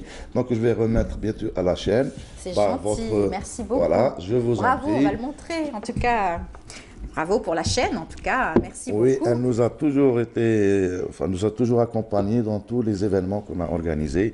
Là, donc, c'est juste un certificat d'honneur du Touareg Rally pour Canal Algérie. Merci beaucoup. Et pour l'émission, c'est moi. On souhaite bonne chance à cette première édition. Merci beaucoup. Que tout se passe bien. Que vous veniez donc l'année prochaine, Inch'Allah, déjà parler de la deuxième édition. Deuxième édition, Inch'Allah.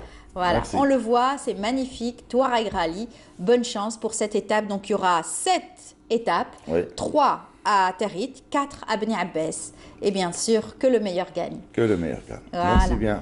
Un dernier mot peut-être ? Le dernier mot que je voudrais vraiment dire, c'est-à-dire je voudrais vraiment remercier tous les partenaires qui nous ont fait confiance et qui nous ont participé pour justement la réalisation de l'événement, les autorités locales qui nous ont vraiment aussi aidés, le ministère de la Jeunesse et des Sports, le ministère de l'Intérieur et surtout le ministère des Affaires étrangères qui a tout fait pour que tout le monde ait son visa vraiment rapidement. Très bien, merci beaucoup et puis bonne chance pour bien sûr ce beau rallye. Merci Monsieur Amir Ben Mohammar, vous êtes dans l'organisation du rallye Auto-Moto Touareg. Voilà, première édition. Eh bien, on continue notre émission. Je vous invite tout de suite à suivre ce reportage signé Maya Amrani qui s'est intéressée à Madame Maya Assous, qui a créé une unité de récupération, plutôt Fari El Hamdi qui a fait le reportage. Maya Assous qui a créé une unité de récupération dans la région d'Azazga. Regardez. C'est à Azazga et à quelques kilomètres du chef-lieu de la wilaya de Tizi Ouzou que nous avons rencontré Maya Aous, une femme dynamique et ambitieuse qui a décidé de créer une unité de récupération et de revalorisation de déchets. Deuxième vie d'une bouteille, agréée par le ministère de l'Environnement.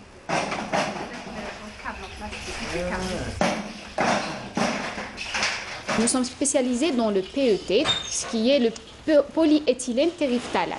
Donc tout ce qui concerne les bouteilles agroalimentaires. Donc toutes les bouteilles d'eau, de boissons gazeuses et de jus. Notre entreprise se situe à Azazga, dans la wilaya de Tizi Ouzou. Elle a été créée en 2013 par le biais de l'ANSEJ et financée par la BNA. Voilà. Nous avons commencé petit, nous avons commencé dans 32 mètres carrés et on s'est agrandi au fur et à mesure pour occuper maintenant 2 étages, une cave et un premier étage, une superficie à peu près de 300 mètres carrés avec notre unité et nos salariés qui sont à 6 jusqu'à présent.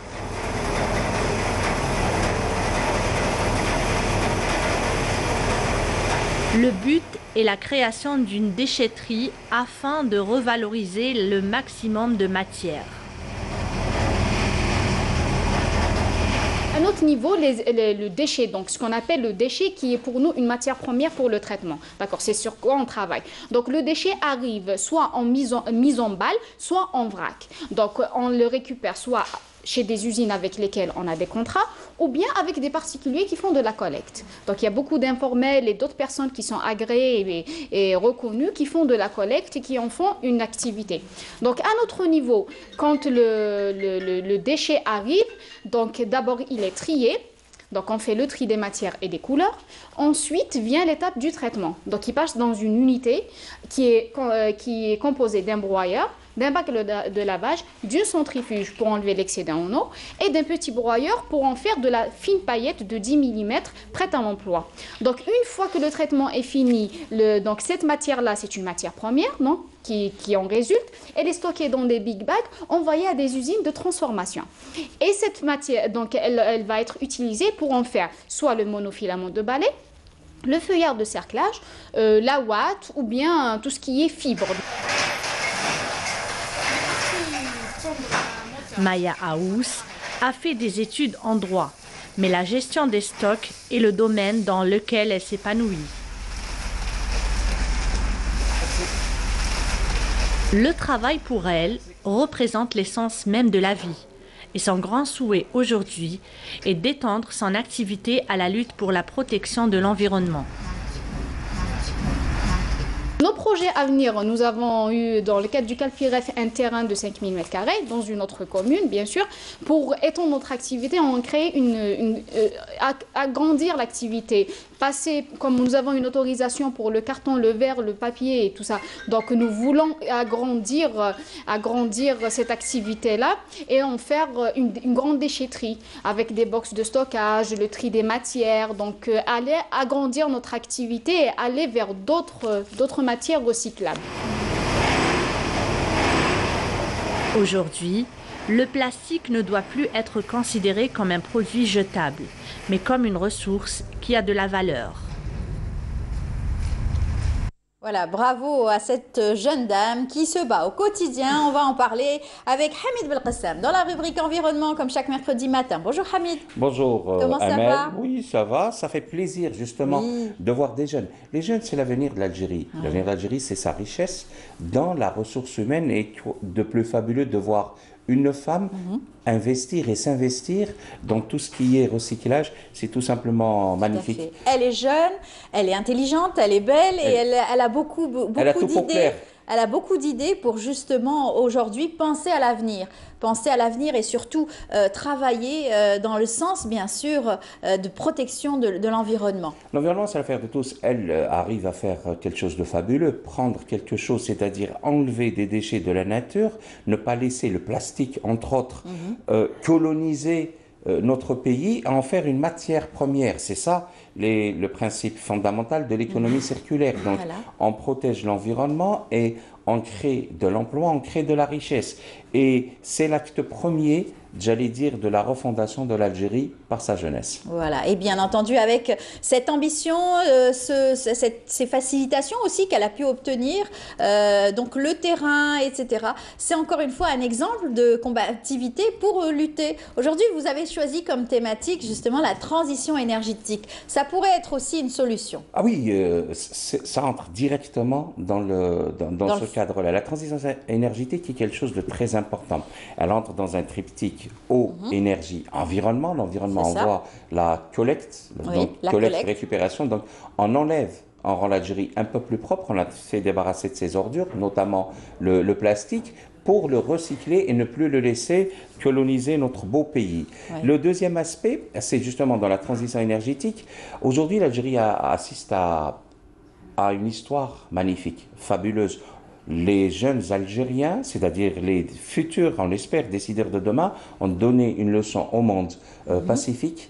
Une leçon aussi, parce qu'après chaque marche, il y a une deuxième révolution. Le nettoyage. Le nettoyage. Ces messages sont des messages très forts. On prépare l'Algérie 2.0. C'est aujourd'hui que ça commence. Et en matière de transition énergétique, vous savez, le principe de base, c'est le développement durable. Il faut exploiter les richesses, notamment les hydrocarbures, les ressources en eau aussi, ce qui n'est pas renouvelable, avec parcimonie, avec beaucoup de sagesse pour laisser quelque chose aux générations futures. Et comprendre aussi ces phénomènes, parce qu'il y a des études qui sont faites pour comprendre comment est-ce que les énergies fossiles doivent être aussi distribuées, comment est-ce que la raréfaction donc, de l'eau aujourd'hui va créer un problème aussi dans l'avenir au niveau mondial, hein, pas qu'en Algérie. Les guerres se font autour de l'eau et des hydrocarbures. Depuis déjà bien longtemps. Hein. Ça fait très longtemps, notamment au Proche-Orient, mais pas que. Hein. Vous savez, les conflits qui sont, j'allais dire, en hibernation entre l'Égypte et le Soudan, autour du Nil blanc, du Nil bleu. Il y a beaucoup de problèmes concernant les ressources en eau et les ressources d'hydrocarbures. Vous savez, aujourd'hui, l'Algérie est dans un virage. On doit décider, cette génération doit décider pour celle, au pluriel, qui arrive. Je m'explique. Au jour d'aujourd'hui, on prend par exemple le gaz. C'est ce qui fait vivre le pays en termes d'export. L'Algérie produit quelque chose comme 130 milliards de mètres cubes de gaz par an. 50 millions sont destinés à l'export pour pouvoir importer notamment du lait, du blé et des médicaments. Les matières nécessaires. Les matières nécessaires. Et donc 50 milliards à l'export, 50 milliards de consommation interne qui est en train d'exploser et 30 milliards sont réinjectés dans le sous-sol pour maintenir un niveau de production parce que les puits sont sur le déclin. Et quand on est sur le déclin, c'est un très mauvais signe. Ça veut dire que déjà, on n'arrive pas à produire suffisamment pour la génération actuelle. Qu'en sera-t-il demain ? Fait peur. Ça fait peur. C'est pourquoi cette transition énergétique est indispensable aujourd'hui, c'est-à-dire changer complètement de mode de consommation. La transition, oui, tout à fait. On doit changer de mode de consommation. Lorsqu'on parle de transition énergétique, il y a deux aspects. On doit aller d'un côté vers la sobriété énergétique, donc consommer moins et consommer mieux. Consommer mieux, c'est quoi? C'est essayer d'aller un peu plus en généralisant tout ce qui est énergie renouvelable et en consommant moins. Si on arrive à cette équation moins consommer, mais mieux consommer, c'est-à-dire introduire dans le mix énergétique algérien de plus en plus d'énergie renouvelable et de l'autre côté diminuer cette frénésie, ce gaspillage, on aura réussi notre transition énergétique. C'est ce qu'on appelle la croissance verte. C'est la croissance verte, tout à fait. D'un côté, vous avez l'émergence et le développement des énergies renouvelables qui sont créatrices d'emplois et de richesses et d'acquisition d'un savoir-faire. Et de l'autre côté, vous avez une diminution de tout ce qui est réserve hydrocarbures fossiles qu'on doit laisser un petit peu pour les générations futures. On prend juste un exemple. Il y a eu un fabuleux programme de logements par millions, mais ces logements ont été très mal faits sur le plan de la thermicité du bâtiment. Ce sont des bâtiments qui sont énergivores, tout simplement parce qu'on n'a pas pris l'aspect chauffage, l'aspect climatisation, l'aspect économie d'énergie. Tout simplement parce qu'en Algérie, l'énergie est quelque chose de gratuit. Vous savez, aujourd'hui, lorsqu'on parle de transition énergétique, on doit, notamment nous autres journalistes, informer. On est tenu d'informer. On donne quelques petits... C'est tout un travail, Hamid, justement. On a eu quelques exemples de logements témoins qui ont été équipés par, bien sûr, des photovoltaïques, par exemple, des lumières intelligentes, voilà. Plusieurs tentatives, mais ça reste à petite échelle, trop petite échelle. Par contre, c'est tout un fonctionnement qu'il faut mettre en place après. Vous avez cité la dernière fois donc, la durée de vie d'un panneau photovoltaïque qu'il fallait régulièrement nettoyer avec bien sûr cette pollution aussi qui existe réellement. Donc c'est tout un travail à revoir. C'est peut-être ça qui va freiner un petit peu. Ça ne va pas freiner parce que vous savez, on peut entamer tout en même temps. C'est tout un processus. C'est tout un processus. Vous avez des jeunes qui veulent aller de l'avant. Ils veulent s'inscrire. Aujourd'hui, le jeune a plus tendance à aller vers le montage, le nettoyage, la maintenance d'un panneau photovoltaïque, parce que ça fait que d'aller vers les métiers de la maçonnerie traditionnelle. Peut-être, oui. Ça d'un côté. De l'autre côté, vous avez l'impératif, on doit démontrer, on doit donner de l'information. Et pour ce faire, c'est un tout. Lorsque vous prenez votre facture de Sonelgaz, gaz et électricité, vous avez quelque chose comme 5000 dinars. On doit transformer cette facture en une autre facture. Les 5000 dinars ne reflètent qu'un tiers de la facture. Je m'explique. Quand vous avez sur votre facture, vous voyez la première tranche, 125 kWh d'électricité. Les 125 premiers kilowattheures sont facturés à 1 dinar 77. Sauf que leur premier de revient, le prix de revient n'est pas de 1 dinar 77, il est de 12 dinars. Donc on produit de l'électricité à 12 dinars, on la revend à 1 dinar 77. Pour le deuxième palier de 126 à 250, on la produit toujours à 12 dinars, on la revend à quelque chose comme 4 dinars,2. Mais je veux dire, c'est quelque chose qui ne tient pas la route. Il faudrait à un moment donné faire preuve de plus de transparence, et sur la même quittance d'électricité, il faut avoir à droite en vert sur un fond bleu, sur un fond blanc, pardon, on reprend les couleurs nationales, hein, vert, blanc, rouge, sur un fond bleu, sur un fond blanc en vert, ce que vous payez, et juste à côté en rouge, ce que vous auriez dû payer, le prix réel d'électricité. Comme ça, on va savoir, lorsque vous avez une quittance de 5000 dinars, en réalité, c'est quelque chose comme 13 500 à 14 000 dinars. Idem pour l'eau. On a partout, on est en train d'aller vers 11 stations, 11 usines de dessalement. Vous savez que le dessalement, on prend juste à Alger, la station d'Al Hama, qu'on a eu l'occasion de visiter. Le prix de dessalement du mètre cube d'eau revient à 0,8 $, ce qui fait quelque chose comme 100 dinars. Et il arrive en hauteur à Bouzaria, 100 dinars, pardon, c'est au sortir de l'usine dessalement du Hama. Quand vous arrivez à Bouzaria, c'est beaucoup plus. Et vous arrivez à Bouzaria, et sur les 48 wilayas, le prix de l'eau est administré à 6 dinars 30. Alors, coût de revient, c'est quelque chose comme 120 dinars, le mètre cube, prix de revente, 6 dinars 30. Mais c'est normal que l'on gaspille. Et lorsque l'on sait qu'il faut énormément d'électricité, donc en amont énormément de gaz pour pouvoir avoir de l'eau H24, il faudrait expliquer aux Algériennes et aux Algériens, aux consommateurs, aux ménages, que lorsqu'on laisse un robinet fuiter, une chasse d'eau fuiter, on est en train de priver nos enfants et nos petits-enfants de pouvoir acheter des médicaments, de pouvoir acheter des céréales, de pouvoir vivre tout simplement. Voilà, c'est une prise de conscience générale. Notre gaspillage du moment est en train d'hypothéquer l'avenir des générations futures. C'est quelque chose que l'on doit dire pour que les gens aient un comportement adéquat, à aller vers la sobriété et expliquer que tout est lié. L'environnement est lié à l'eau, qui est lié à l'électricité, qui est lié à l'énergie. Eau, énergie, environnement, c'est un triptyque qu'on doit expliquer. Exactement, un triptyque. C'est aussi un objectif qu'il faut atteindre. Donc c'est une affaire de tous. Pouvoir changer sa façon de consommer, c'est à haut niveau, mais aussi avec les ménages qui doivent aussi comprendre le cheminement réel donc de cet engagement. Cette problématique, oui. À haut niveau, on doit mettre en place de la transparence. Je pense que la rue algérienne s'est exprimée. On se doit de mettre en place une transparence. Et l'une des premières transparences, l'une des premières formes de transparence dans ce triptyque eau, énergie, environnement, c'est d'avoir la vérité des prix.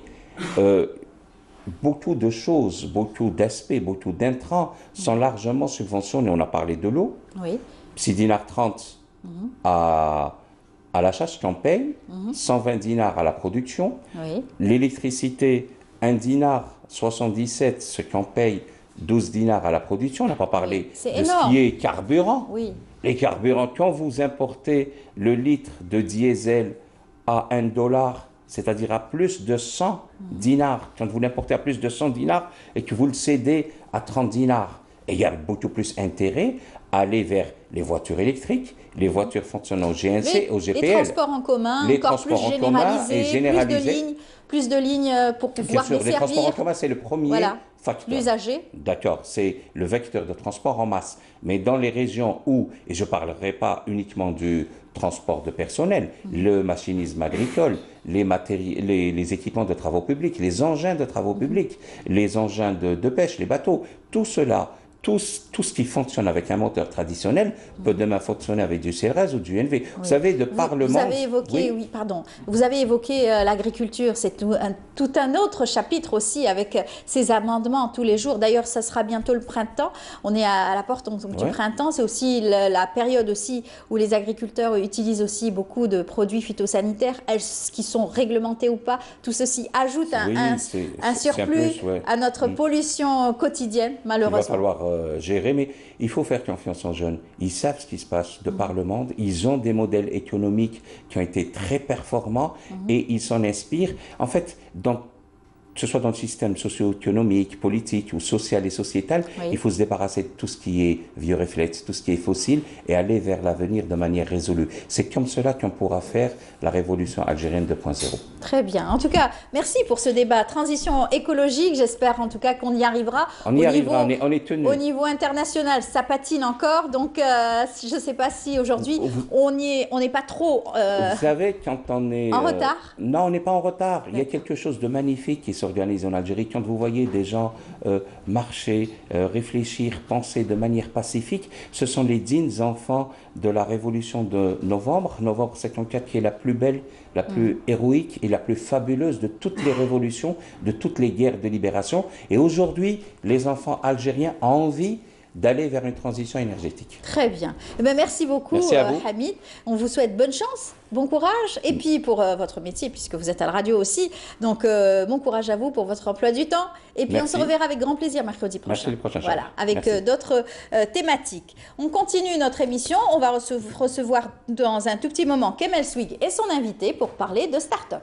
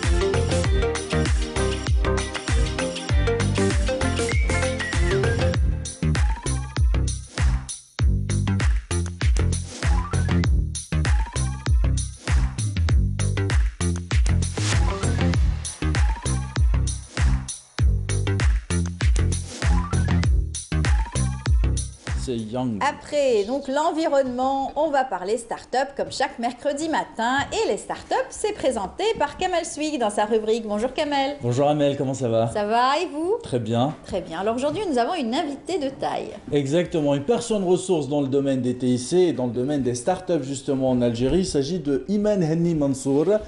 Bonjour. Bonjour Kemel, bonjour. Bonjour et bienvenue. Alors vous êtes chef d'entreprise et vous avez commencé votre aventure dans le domaine des TIC, dans le domaine des startups grâce à un Startup Weekend. La première participation, c'était en 2011. Exactement. Ça s'est passé où et comment, Iman? En fait, ça s'est passé à Alger lors de la semaine du web. En fait, c'est j'ai découvert le monde des startups que je ne connaissais pas du tout, vu que j'étais étudiante à l'époque en informatique et on n'apprend pas vraiment le domaine de l'entrepreneuriat à l'université. Et pour moi, c'était une vraie découverte vers le monde entrepreneurial. Et l'aventure continue, vous organisez votre premier événement Startup Weekend à Blida en 2013. Exactement, en fait, j'ai créé le club informatique à l'université de Blida rien que pour organiser le Startup Weekend. Et c'est là où ça a démarré, donc j'ai organisé Blida et ensuite plusieurs éditions, jusqu'à aujourd'hui 34 événements dans toute l'Algérie. Et voilà, c'était en fait c'est de l'énergie positive qui se crée et au fur et à mesure. La volonté et surtout l'engagement vers ce que vous aimez faire, et vous avez découvert beaucoup de personnes à travers cet événement. Exactement. Et l'aventure continue aussi à l'international parce que c'est important aussi de faire un peu le tour de votre parcours. Vous participez en 2017 à l'International Leadership Programme à Londres. Vous êtes reçu par la famille royale. Voilà, exactement, oui. Là, j'ai été honorée par le Prince Charles. En fait, c'est un programme international lancé par Princess Trust. C'est une organisation du Prince Charles. Et on a reçu une bourse en Angleterre. Et à la fin, on a été honoré par le prince Charles, où on a rencontré même Kofi Annan, paix à son âme, et plusieurs grandes personnalités. Et, en fait, là, c'est des mots qu'il m'a lancés. À la fin, il m'a dit, moi, j'ai investi en vous et c'est à vous de faire le reste. Et c'est en retournant en Algérie que j'ai lancé ma propre entreprise. Et qu'est-ce que ça rapporte justement cette expérience internationale? Parce que c'est ça le plus important dans tout ce que nous disons ici, dans le domaine des startups et tout. Quand on part à l'étranger, on apprend on côtoie d'autres personnes qui ont une autre culture. Et quand on revient, qu'est-ce que ça nous apporte personnellement et professionnellement? Au fait, en allant à l'étranger, on voit qu'ils ne sont pas plus intelligents que nous individuellement, ils ont juste l'intelligence collective. Donc on retourne en Algérie, on se dit que nous, si on travaille tous ensemble, avec un bon réseau, comme vous avez dit tout à l'heure, le réseau qu'on se construit via ces événements-là, on peut vraiment se démarquer avec de la bonne volonté. Voilà. Et un autre événement que vous organisez depuis quelques années, c'est Space Apps, NASA Space Apps Challenge. C'est une licence délivrée par la NASA à travers le monde entier. Vous avez la licence en Algérie. Alors c'est un concours qui réunit les étudiants des grandes écoles, de l'université, pour contribuer à des solutions pour la NASA. Exactement. En fait, c'est un événement qui regroupe non seulement les étudiants, Kamel, mais aussi les chercheurs, les ingénieurs et les professionnels. Donc, la NASA, chaque année, ont des challenges. C'est très restreint en plus. Donc, vous avez cette chance de pouvoir y accéder. Exactement. En fait, je me permets de le dire. Donc, au début, je n'ai pas eu la licence, mais je n'ai pas baissé les bras et j'ai encore envoyé jusqu'à être acceptée. Et donc, on a fait l'édition 2015 à Webzoa, mais ensuite, on a fait un institut d'aéronautique et des études spatiales à Blida, exactement, et en voyant le résultat et en voyant les projets lancés par les étudiants, essentiellement les étudiants qui ont su se faire démarquer, c'est vraiment impressionnant le potentiel qu'on a en Algérie. Et le prochain événement, NASA Space Apps Challenge, ça sera quand? Ça sera en octobre 2019 au niveau de Blida Khibra Academy.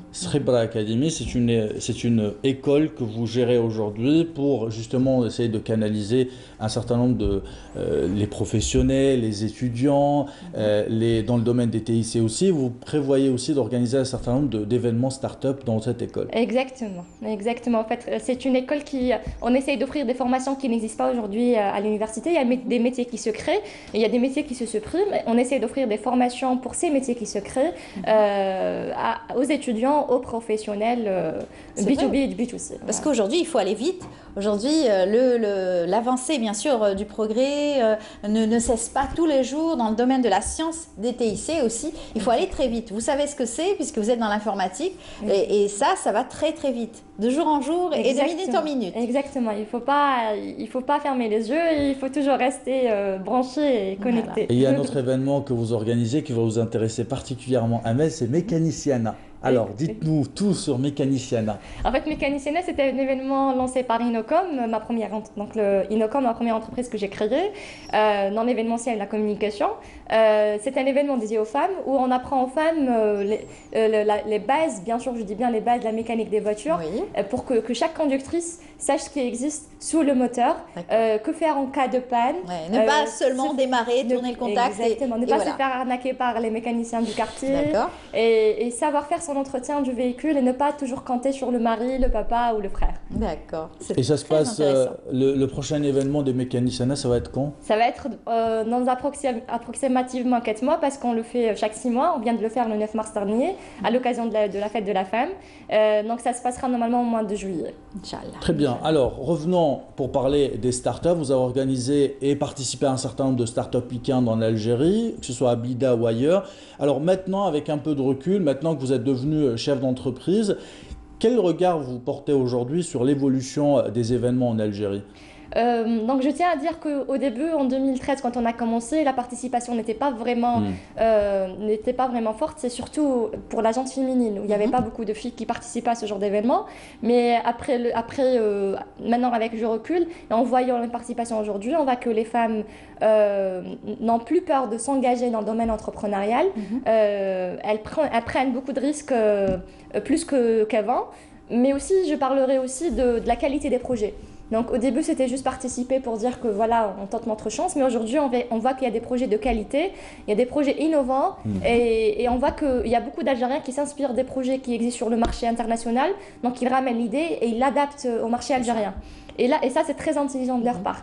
On l'a vu d'ailleurs avec certains start-upers, bien sûr, Exactement. qui ont réalisé ce challenge justement pour pouvoir adapter certaines innovations qui se faisaient ailleurs. Alors, vous avez dit quelque chose de très important. Vous dites qu'on passe de la quantité vers la qualité. C'est quelque chose qu'on remarque justement, vous l'avez dit Amel, dans un certain nombre de profils que nous recevons ici. Et vous avez parlé aussi du rôle des femmes.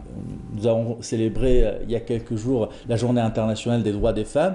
Alors, est-ce que aujourd'hui, les entrepreneurs féminins algériennes, est-ce qu'elles sont bien installées dans le paysage numérique et start-up en Algérie? Alors, je tiens à souligner un point, c'est que la différence entre l'entrepreneur femme et homme, c'est que les femmes reprennent une entreprise dès le début, c'est-à-dire elles ne prennent pas le risque, elles font beaucoup dans les services, elles ne font pas beaucoup dans l'industrie.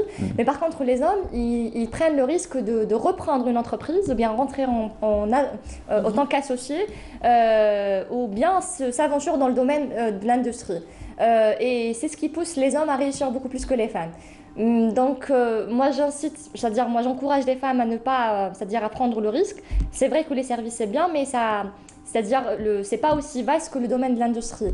Mais elles arrivent vraiment à avancer. On a quelques exemples comme ça qui se démarquent. Voilà. On a eu un exemple ce matin, on a pu voir un reportage où c'était donc une femme qui avait pris le devant dans le domaine de la récupération. Donc c'est extraordinaire, un bel exemple en tout cas à saluer. Et on en a parlé d'un exemple avant de rentrer dans ce plateau. Oui. C'est une entreprise, je pense, qui est à Constantine. À Constantine, voilà. C'est une entreprise de tri de Besma Bejaoui. Vraiment, c'est-à-dire après 5 ans, on voit vraiment le résultat. On voit que la dame, elle a vraiment fait un bon parcours dans le domaine. Voilà, alors, ce qui nous intéresse dans votre parcours, Imen, c'est que vous avez gravi tous les paliers, on va dire, du monde start-up en Algérie. Alors, est-ce que c'est une question que je vous pose. Est-ce que c'est plus difficile d'être entrepreneur femme en Algérie qu'un homme, par exemple? Je dirais, c'est une question très délicate. En fait, je dirais pas juste en Algérie. Vu mon expérience à l'échelle internationale, le problème ne se positionne pas juste en Algérie. Au contraire, en Algérie, je vois bien qu'on arrive à réussir en tant que femme, plus qu'au Moyen-Orient, d'autres pays. Le problème, c'est que les femmes ont peur de s'aventurer, je le dis toujours. On a le syndrome de l'élève parfait, c'est-à-dire si elle n'a pas un bon business plan, elle ne se lance pas. Le business plan n'est jamais parfait. Il se construit au fur et à mesure. Donc il faut juste se lancer avec un business plan qui est acceptable et le développer au fur et à mesure qu'on est dans le bain. Parce que si on cherche à faire un business plan qui est parfait et attendre ce business plan pour se lancer, on ne pourra jamais se lancer. C'est une question de volonté, c'est une question aussi de courage. De courage et de réseau aussi. C'est-à-dire si on a un bon réseau, on peut très bien réussir. Sans réseau, c'est très difficile de réussir. Mais c'est très important ce que vous venez de dire, mais concrètement, sur le terrain, vous par exemple, vous êtes entrepreneur, quelles sont les difficultés que vous rencontrez au quotidien, qui vous freinent peut-être pour vous développer? Je dirais beaucoup plus, c'est qu'en tant que femme, on a des calculs que les hommes ne font pas. Par exemple, si on prévoit un rendez-vous, on ne peut pas prévoir un rendez-vous tard, parce qu'on calcule toujours le temps de rentrer à la maison, on ne doit pas dépasser une certaine heure, etc., etc. Donc moi, je dirais beaucoup plus sur cet aspect-là, mais sinon, moi, je ne sens vraiment pas la différence entre moi et un entrepreneur homme. Exactement. Bravo en tout cas. Et la preuve, vous êtes un peu partout, vous êtes à Blida, vous êtes à Alger et vous faites aussi un certain nombre d'événements internationaux. Prochain événement, Imen, à Alger ou à l'étranger. Est-ce que vous participez à Vivatech Technologies? Oui. Il y aura, pour la première fois, il y aura plus de 100 start-upers algériens qui vont participer à Vivatech Technologies. C'est l'événement international. On aura de la matière, Kamel. Absolument incontournable. Il se passe en France et c'est le monde entier qui se réunit en mois de mai. Et les Algériens seront aussi partie prenante. Les Algériens seront en quantité, mais surtout en qualité. On insiste sur cet aspect-là parce que les entreprises algériennes sont innovantes et n'ont rien à envier aux entreprises internationales. Exactement. En tout cas, on vous remercie, Imen Hani Mansour, d'avoir accepté notre invitation. Et merci à vous. Merci beaucoup et surtout bon courage pour ce que vous faites et continuez à le faire toujours avec autant de sourire. Voilà. Merci Kamel. Merci Amel. Donc aujourd'hui, on a eu le plaisir d'avoir un exemple, un bel exemple dans le domaine féminin cette fois-ci. Exactement. Et je pense qu'il faut toujours inviter des entrepreneurs femmes parce que c'est très important aussi de parler de leur parcours, etc. Il n'y a pas que des hommes qui font. Et valoriser pas faire une surtout. Société avec la moitié de la population, ce n'est pas possible. Non, on l'a jamais fait de toute façon ici Bah sur oui, notre plateau. absolument pas. Donc on continue. La preuve. On continuera à le faire, hein, n'est-ce pas? On a une brillante présentatrice. Voilà. Merci Kamel. Donc à mercredi prochain, bon courage à vous. On retrouvera le week-end probablement pour l'actualité, non? Non. Pas en ce moment. Pas en ce moment. D'accord. Allez, on continue. On a terminé l'émission. On est arrivé à la fin. Ça y est, vous m'avez perturbé, Kamel. Voilà. Merci beaucoup de nous avoir suivis. Excellente journée à vous tous. Bon courage à vous. Et puis à demain à 8h, 9h30 ici à cette même place. Merci à toute l'équipe de nous avoir accompagnés. Au revoir.